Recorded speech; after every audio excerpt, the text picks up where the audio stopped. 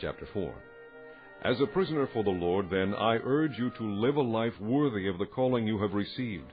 Be completely humble and gentle. Be patient, bearing with one another in love.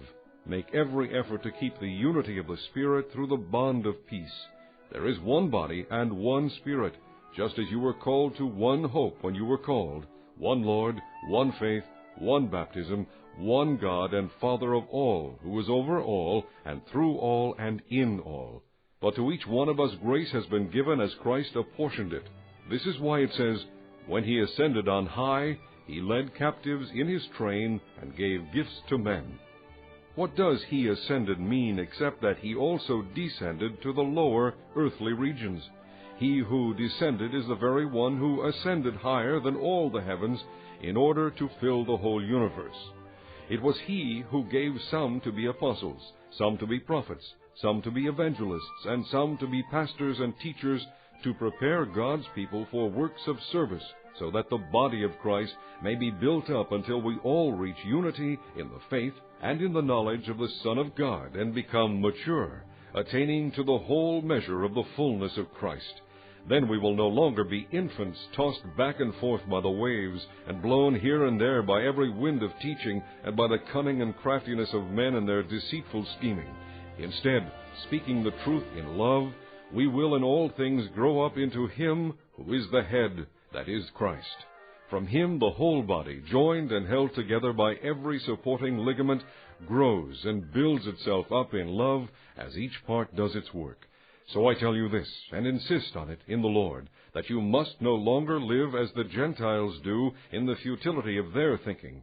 They are darkened in their understanding and separated from the life of God because of the ignorance that is in them due to the hardening of their hearts.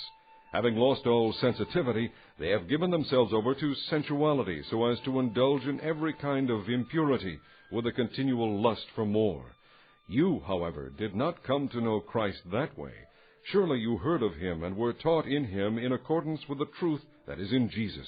You were taught, with regard to your former way of life, to put off your old self, which is being corrupted by its deceitful desires, to be made new in the attitude of your minds, and to put on the new self, created to be like God in true righteousness and holiness.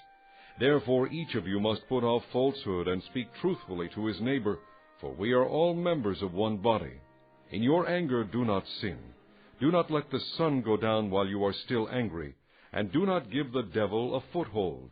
He who has been stealing must steal no longer, but must work, doing something useful with his own hands, that he may have something to share with those in need. Do not let any unwholesome talk come out of your mouths, but only what is helpful for building others up according to their needs, that it may benefit those who listen. And do not grieve the Holy Spirit of God, with whom you were sealed for the day of redemption. Get rid of all bitterness, rage and anger, brawling and slander, along with every form of malice.